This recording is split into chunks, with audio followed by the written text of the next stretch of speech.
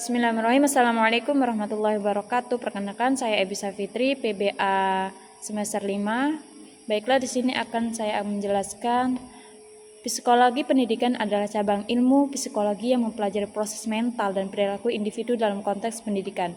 Ilmu ini berusaha memahami bagaimana siswa belajar, bagaimana guru mengajar, dan bagaimana lingkungan sekolah mempengaruhi proses pembelajaran. Ruang lingkup psikologi pendidikan sangat luas, di antaranya mencakup perkembangan kognitif, bagaimana kemampuan berpikir, mengingat, dan memecahkan masalah berkembang pada siswa, motivasi belajar, faktor-faktor yang mendorong siswa untuk belajar dan mencapai tujuan pembelajaran. Emosi dalam pembelajaran, bagaimana emosi seperti kecemasan, minat, dan kebahagiaan mempengaruhi proses belajar. Perbedaan individu, bagaimana perbedaan dalam kecerdasan, gaya belajar, dan latar belakang sosial ekonomi mempengaruhi prestasi siswa. Interaksi sosial dalam kelas, bagaimana interaksi antara siswa dan guru serta antara siswa dengan siswa lainnya mempengaruhi proses pembelajaran. Evaluasi pembelajaran, bagaimana mengukur dan menilai hasil belajar siswa. Yang kedua, peran psikologi dalam dunia pendidikan.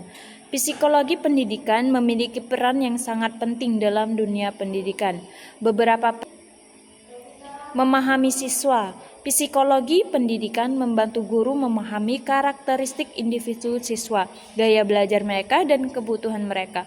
Merancang pembelajaran yang efektif dengan memahami prinsip-prinsip psikologi pelajar, guru dapat merancang kegiatan pembelajaran yang menarik, menantang, dan sesuai dengan kebutuhan siswa. Menangani masalah belajar. Psikologi pendidikan mampu membantu mengidentifikasi dan mengatasi masalah belajar yang dialami siswa, seperti kesulitan belajar, gangguan perhatian, atau masalah emosional.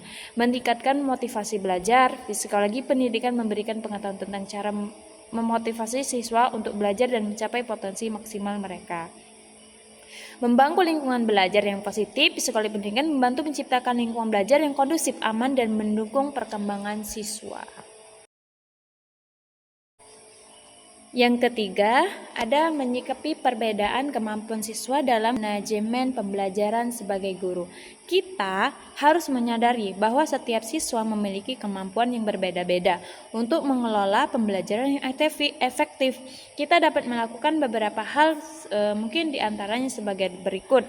Yang pertama, differentiated instruction, menyajikan materi pembelajaran dengan berbagai cara agar sesuai dengan gaya belajar dan tingkat kemampuan masing-masing siswa. Pembelajaran kooperatif, membagi siswa dalam kelompok untuk saling membantu belajar satu sama lain.